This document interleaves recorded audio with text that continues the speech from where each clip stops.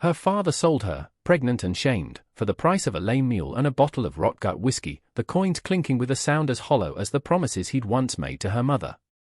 Eliza stood on the splintered planks of the makeshift auction block in the dusty, wind-scoured square of a town that had already condemned her, her worn calico dress clinging to the swell of her belly, a public testament to a private sorrow.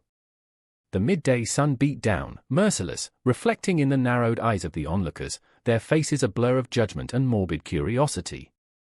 She was a stain on the fabric of their righteous community, a broken thing to be disposed of. Her hands, raw from labor and trembling, were clasped so tightly before her that her knuckles were white as bone. She did not cry.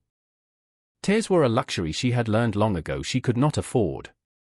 They would only be mistaken for weakness, or worse, a plea for a pity that did not exist in these hard lands, among these hard people. Her father, Jedediah Thorne, a man whose heart was as barren as the alkali flats surrounding them, gestured towards her with a sweep of his hand, his voice raspy from cheap liquor and loud pronouncements. "Strong girl, good for work," he bellowed, though his eyes never met hers, only scanned the sparse crowd for any flicker of interest, any fool willing to take damaged goods off his hands.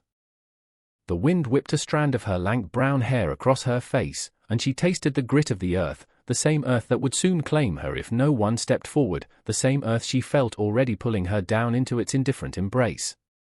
She was 19, though sorrow had aged her beyond years, carving lines of premature wisdom and enduring pain around her pale mouth and haunted eyes.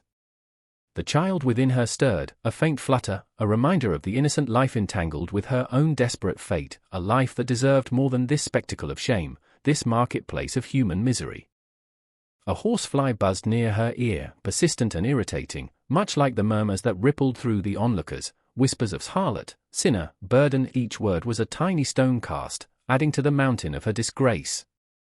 She focused on a crack in the wooden plank beneath her bare feet, a jagged line like a river, and imagined herself floating away on it, to some distant, nameless shore where judgment did not exist, where a woman could draw breath without permission. The air was thick with the smell of dust, sweat, and despair. Her own despair felt like a living thing, coiling in her gut, yet beneath it, a tiny, stubborn ember of defiance refused to be extinguished. She would not beg. She would not break before them. She would bear this, as she had borne everything else, with a silence that was her only shield. Her father was still talking, his words a meaningless drone, extolling virtues she supposedly possessed, obedience, a strong back, as if she were livestock.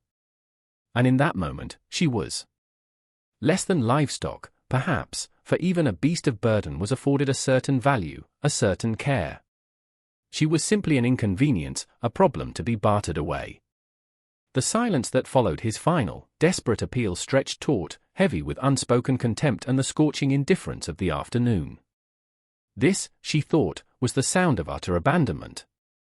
Ethan Miller watched from the cool shadows of the general store's overhang, his weathered face impassive, his grey eyes narrowed against the glare. He had come to town for salt and flour, not to witness a soul being stripped bare. He was a man of solitude, his farm nestled deep in the quiet hills, his only companions the wind and the memories of his late wife, Martha, and the child they had buried together years ago. Grief had hollowed him out, leaving behind a stoic shell, a man who preferred the company of silence and hard work to the clamor of human affairs. He had no use for another's trouble, his own was a burden enough. Yet, he watched.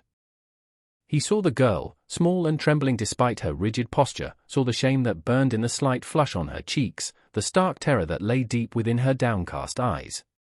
He saw her father, a weasel of a man, preening and posturing.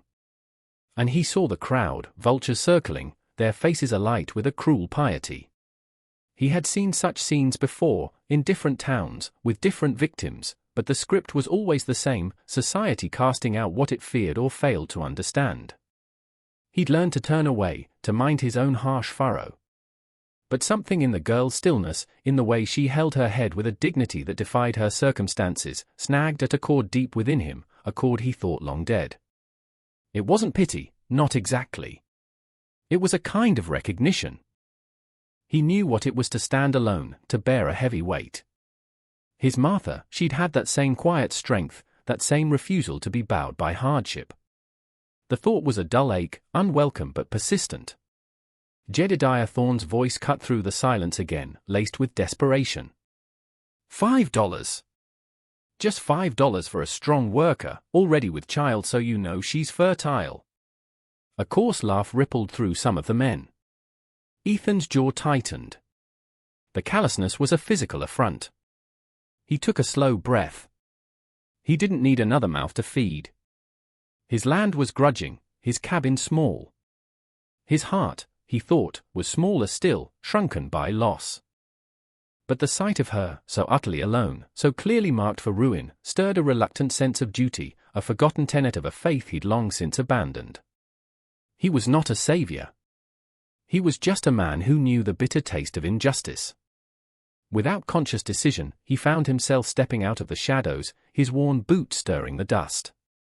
The crowd parted slightly, their attention shifting to this tall, grim-faced stranger. He walked towards the auction block, his gaze fixed not on Thorne, but on the girl. He stopped before her.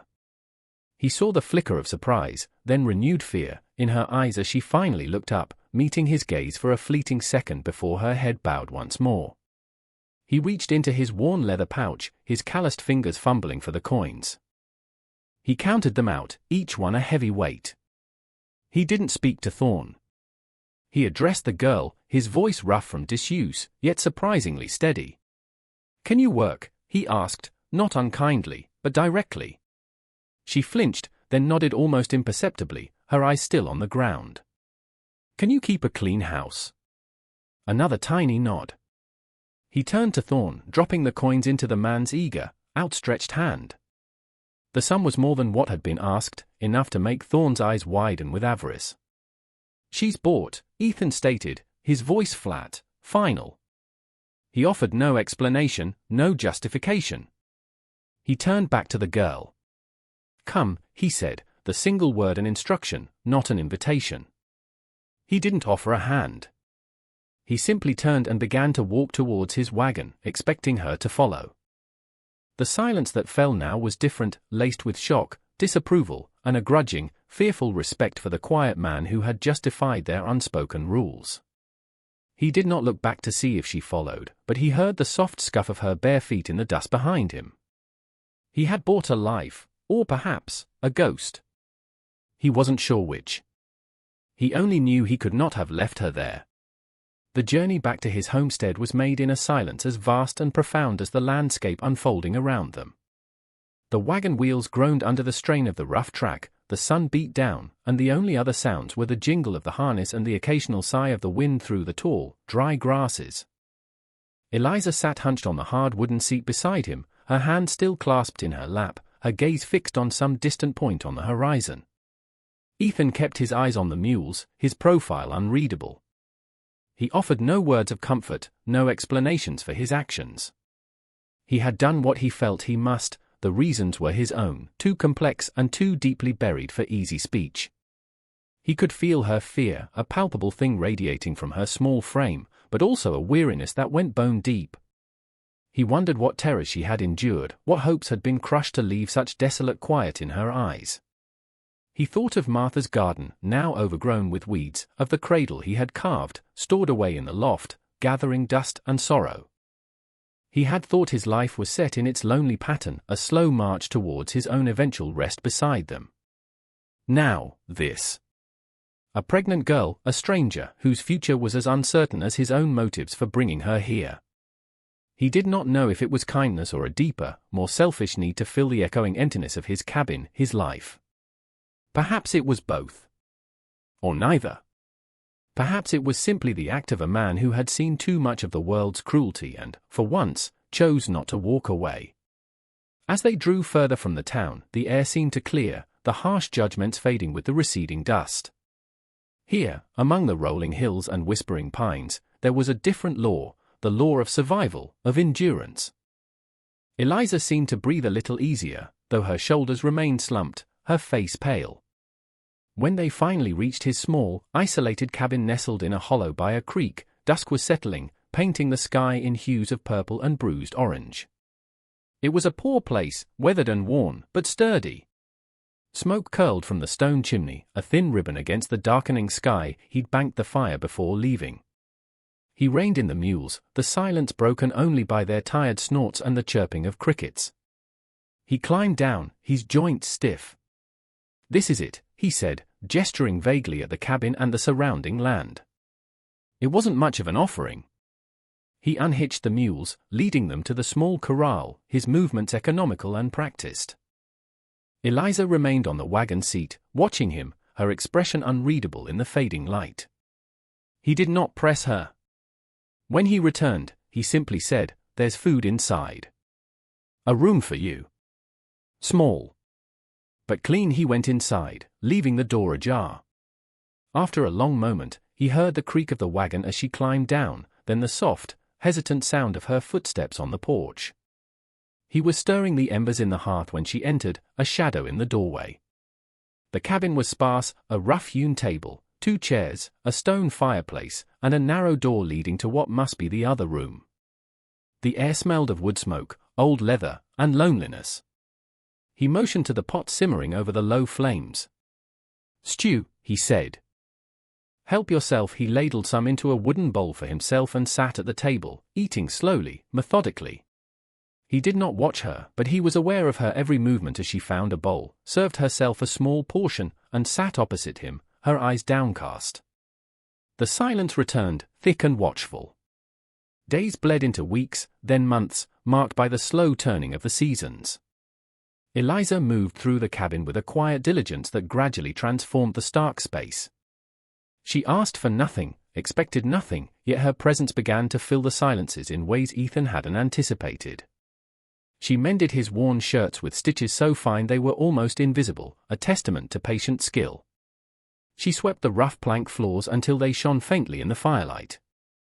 She learned the rhythm of his days, rising before him to coax the fire back to life, having coffee ready when he came in from his morning chores. He would find wildflowers in a chipped jug on the table, a touch of color in the drabness. She spoke little, her voice soft and hesitant when she did, usually only to ask a practical question or to murmur a quiet thanks if he brought in extra firewood or a rabbit for the pot. He, in turn, remained a man of few words. He worked his land from dawn till dusk, clearing stubborn stumps, mending fences, tending his small herd of cattle.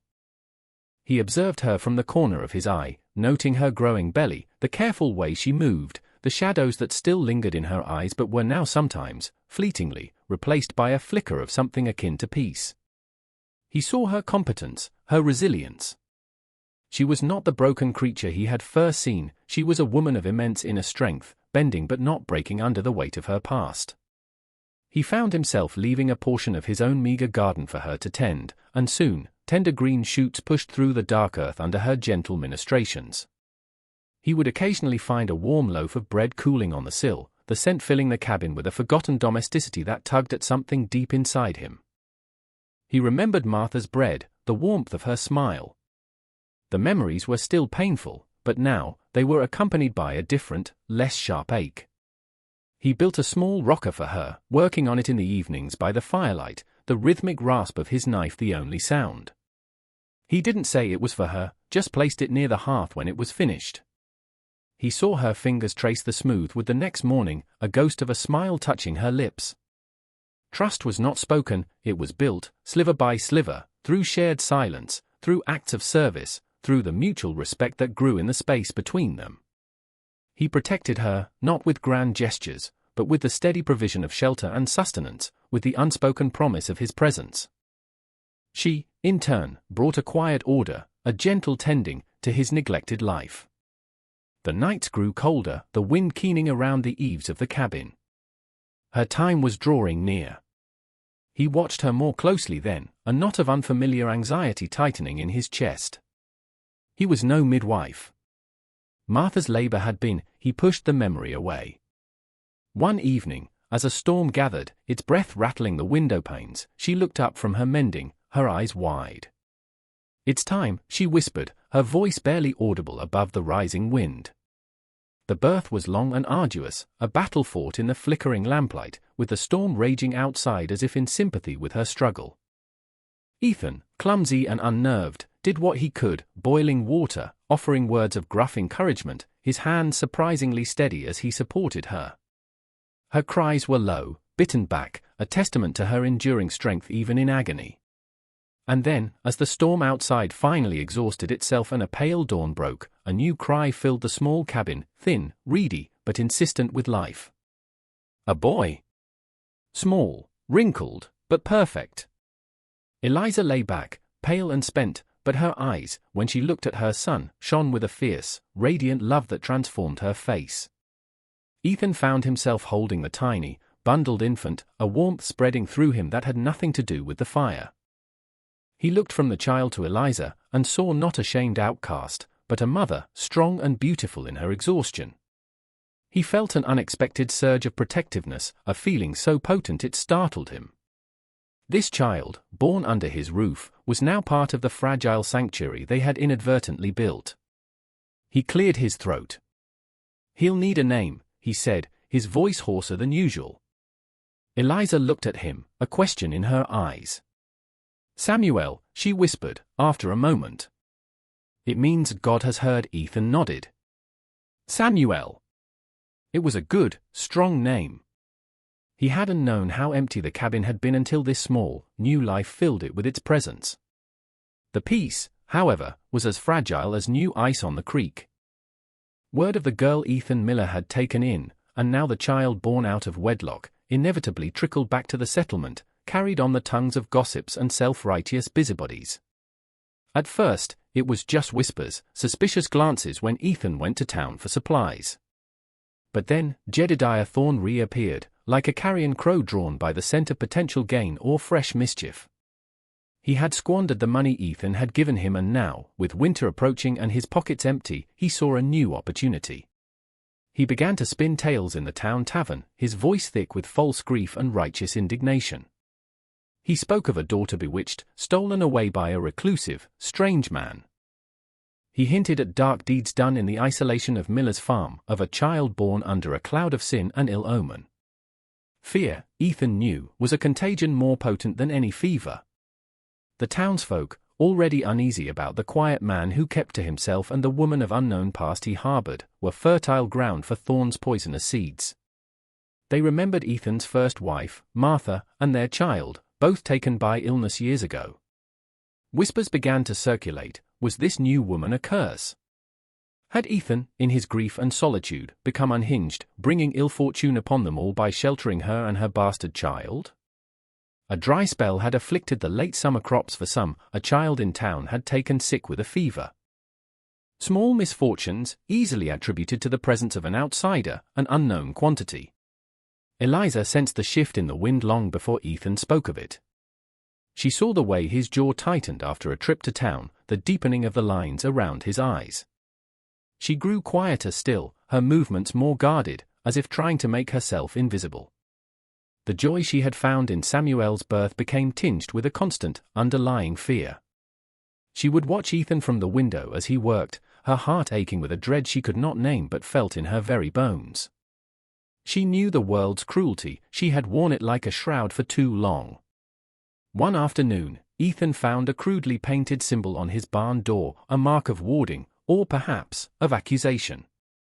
He said nothing, merely painted over it, but his silence was heavier than usual that evening.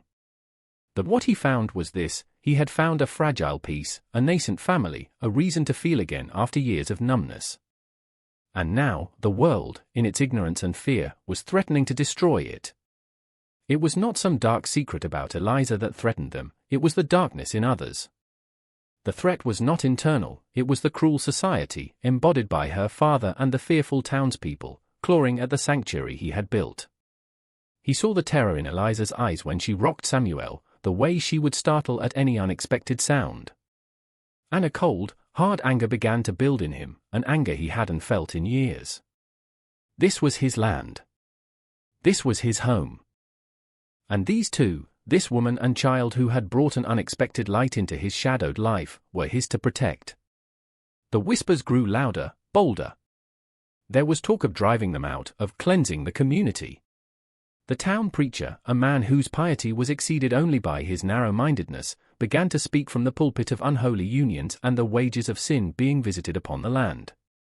Ethan knew a confrontation was inevitable. He cleaned his old rifle, his movements deliberate, his face set in grim lines.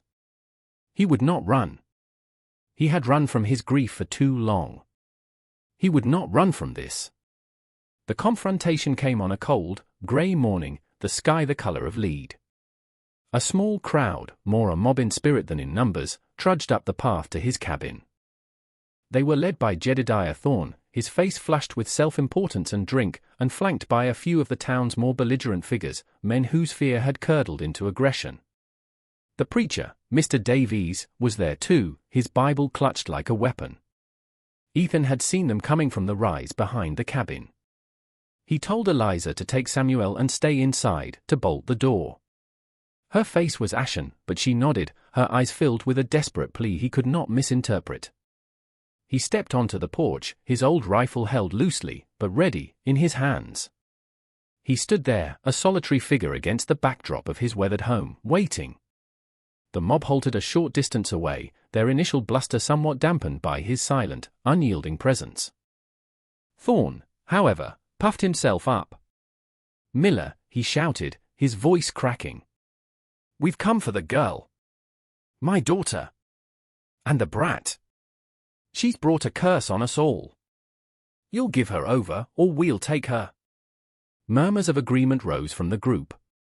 Some clutched farming implements, others just their own fear. Mr. Davies stepped forward, his expression severe. "Ethan Miller, you harbor a woman of sin. For the good of this community, for the salvation of your own soul, you must cast her out." Ethan's gaze swept over them, cold and steady. He said nothing for a long moment, letting the weight of their accusations hang in the frigid air.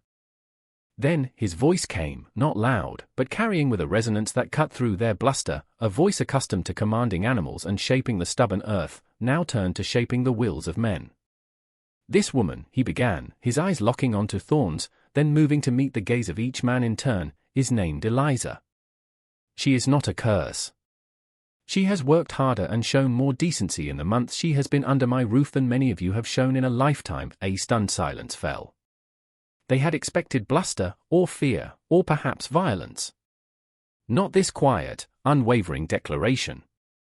"The child," Ethan continued, his voice dropping even lower, if possible, becoming a gravelly rumble that seemed to vibrate in the very air, "is her son.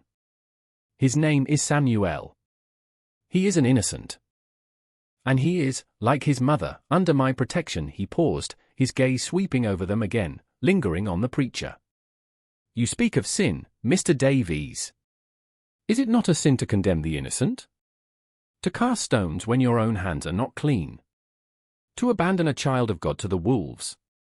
The preacher flushed, sputtering, but no words came. "As for you, Thorne," Ethan's voice hardened, his eyes like chips of flint. "She is no longer your daughter to sell or to torment. She is here, in my home. This land is mine.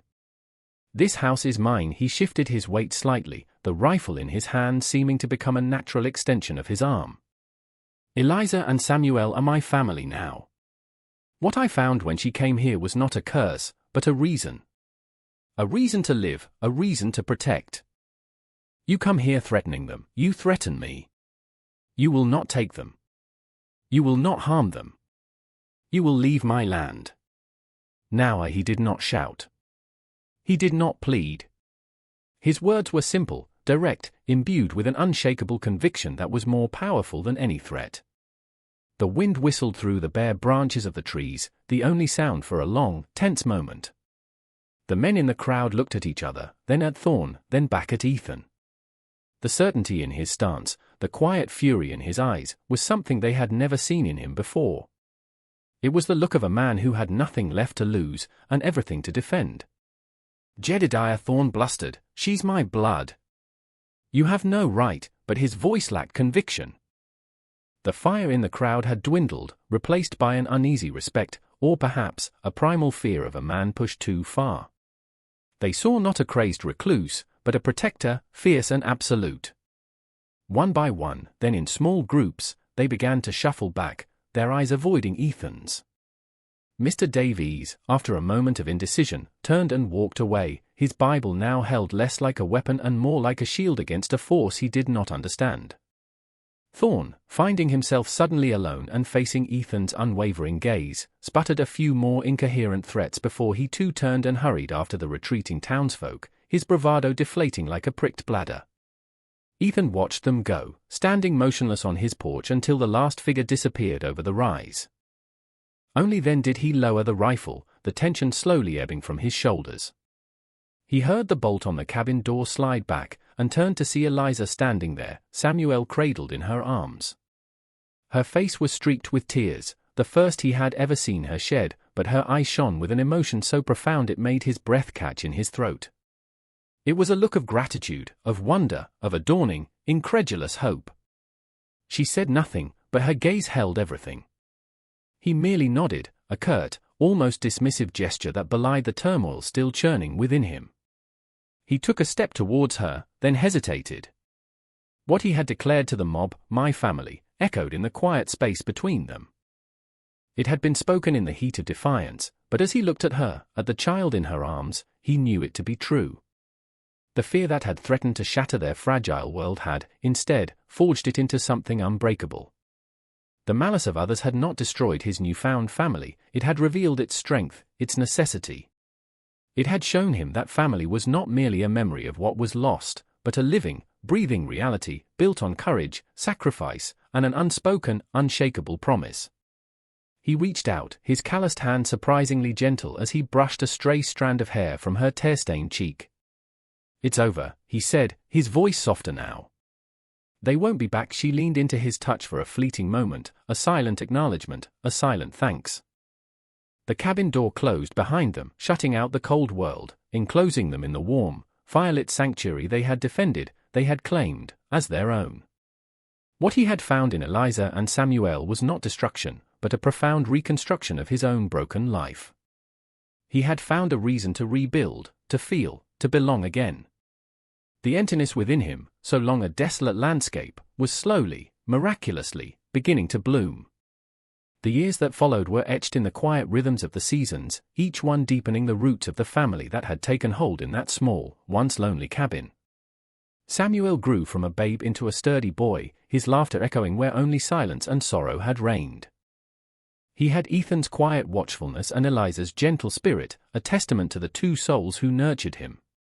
The cabin itself expanded, a new room added, built by Ethan's strong hands, the scent of fresh-cut pine mingling with the familiar aroma of wood smoke and Eliza's baking. Her garden flourished, a vibrant patch of color and life against the often harsh landscape, providing sustenance for their table and a quiet joy for her heart. The townspeople, after the confrontation, kept their distance, their fear gradually giving way to a grudging, wary respect. Some even, in time, offered tentative gestures of goodwill, a shared cutting from a prized plant, a bit of news from the wider world. Ethan remained a man of few words, but the harsh lines around his mouth softened, and his eyes, when they rested on Eliza or Samuel, held a warmth that spoke volumes.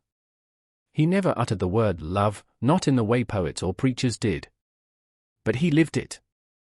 He lived it in the way he mended Samuel's broken toy soldiers with the same care he mended a fence, in the way he ensured the woodpile was always high before winter's first snow, in the steady, reassuring presence that was the bedrock of their lives. He would watch Eliza across the supper table, her face illuminated by the lamplight, a quiet contentment settled upon her features, and a feeling akin to awe would fill him.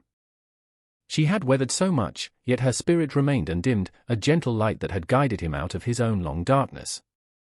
Eliza, in turn, spoke her love in the meticulously tended home, in the comforting meals, in the soft lullabies she sang to Samuel, songs that sometimes brought a wistful, faraway look to Ethan's eyes, as if remembering other songs, other times, but without the sharp barb of pain that once accompanied such memories.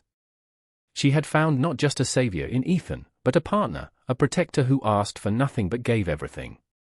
She had found a home, not just of wood and stone, but of the heart. The destruction that the world had threatened became, in the alchemy of their shared lives, a foundation. The old family of Ethan's grief and solitude was indeed destroyed, razed to the ground, and upon its ruins, a new, stronger, more vibrant family had been built. He had found that a heart, however scarred, could indeed heal and love again. He had found that a life, however empty, could be filled to overflowing. he had found that what truly mattered was not the judgment of the world, but the quiet courage to choose love, to build sanctuary, to stand for what was right, even when standing alone. Their legacy was not in grand monuments or spoken pronouncements, but in the peaceful continuity of their days, in the love that bound them, in the sturdy, kind boy they raised, who would carry their story, their quiet strength, into the future. It was in the single, perfect rose that Eliza coaxed to bloom each spring beside the porch, a splash of defiant beauty in a world that often forgot such things were possible. It was enough. It was more than enough. You see, sometimes the greatest acts of courage are not performed on battlefields, but in the quiet defenses of the human heart, in the steadfast protection of those we choose to call our own. Sometimes, the most profound love stories are not whispered in sonnets, but lived in shared silences, in acts of service, in the unwavering commitment to stand against the storm, together. Life can deal us harsh blows, can cast us out, can try to break our spirit. But within each of us lies a resilience, a capacity for love and for healing, that can transform even the deepest wounds into sources of strength. If this story of Ethan and Eliza, of a family forged in adversity and sealed by courage, has resonated with you, if it has reminded you of the quiet power of human connection and the enduring hope that can bloom even in the most desolate of landscapes, then we invite you to join our community. Subscribe to our channel. There are countless stories like this one, whispers of hope and tales of resilience waiting to be shared, moments of inspiration that remind us of the best of what we can be. Click that button, become part of our family, and let us continue to explore the depths of the human spirit, together. For in every shared story, there is a lesson, a comfort, and a connection that makes us all a little less alone in this vast and often challenging world.